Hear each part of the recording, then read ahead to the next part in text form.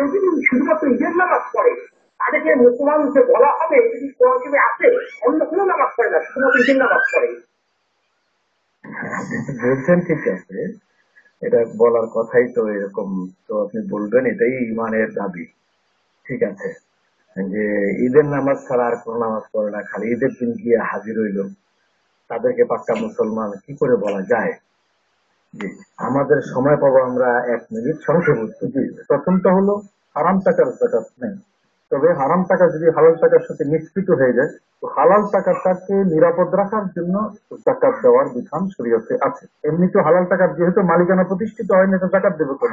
আমার মালিকানার সম্পদের আমি জাকাত দেবো। দ্বিতীয়টা উনি যেটা বলছেন আপনি একটু আংশিক বলে দিয়েছেন যে আসলে নামাজ হলো ইমানের দাবি, তা সত্ত্বেও ইমান যেহেতু কলমের বিষয়, এদেরকে অমুসলমান বলা থেকে আমরা বিরত থাকি, যেহেতু সেই মসজিদে গিয়েছে। তবে এটা কিন্তু সমীচীন নয় যে নামাজ ছেড়ে দেওয়াটা মুসলমানের চরিত্র হতে পারে না, তা সত্ত্বেও তাদেরকে অমুসলমান বলা থেকে আমরা যাতে নিরাপদ থাকি। হ্যাঁ, আমরা অনুষ্ঠানের শেষ পর্যায়ে চলে আসছি। কিছু কথা ভালোই আসলে, ঈদের নামাজ যারা আমরা পড়ি সারাটা বছর আমাদের নামাজ পড়ার অভ্যাস করা উচিত। আসলে ভাই দেখুন, যারা বেনামাজি এবং যারা খুব বিলাসিতা প্রিয়, অনেক টাকা পয়সা কামাই করে হারাম পথে খুব আনন্দে থাকে, তাদের এন্ডিংটা, তাদের ফিনিশিংটা কেউ দেখেছেন আপনারা? আজকে বাংলাদেশে এমন লোক রয়েছে যে সম্পদের হিসাব তিনি বলতে পারেন না। বলুন তো, তার কবরে সারা বছরে একটি মানুষ গিয়ে কোনোদিন সালাম দিয়ে একটু দোয়া করেছে? তার ইতিহাস নাই।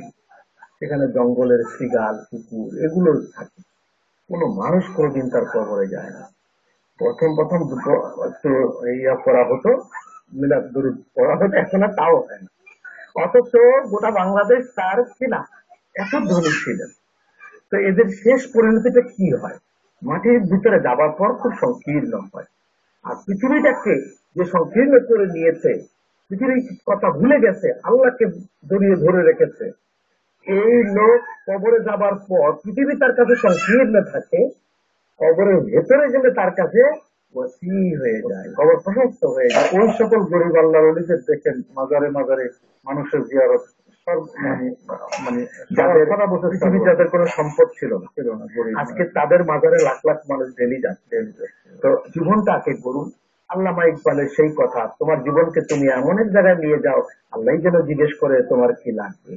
আমাদের প্রিয় অনুষ্ঠান কাফেলা দেখার আমন্ত্রণ রইল একটা ছোট্ট বিরতির পর। আপাতত আমরা এখানে শেষ করছি। আসসালামু আলাইকুম ওয়া রাহমাতুল্লাহি ওয়া বারাকাতুহু।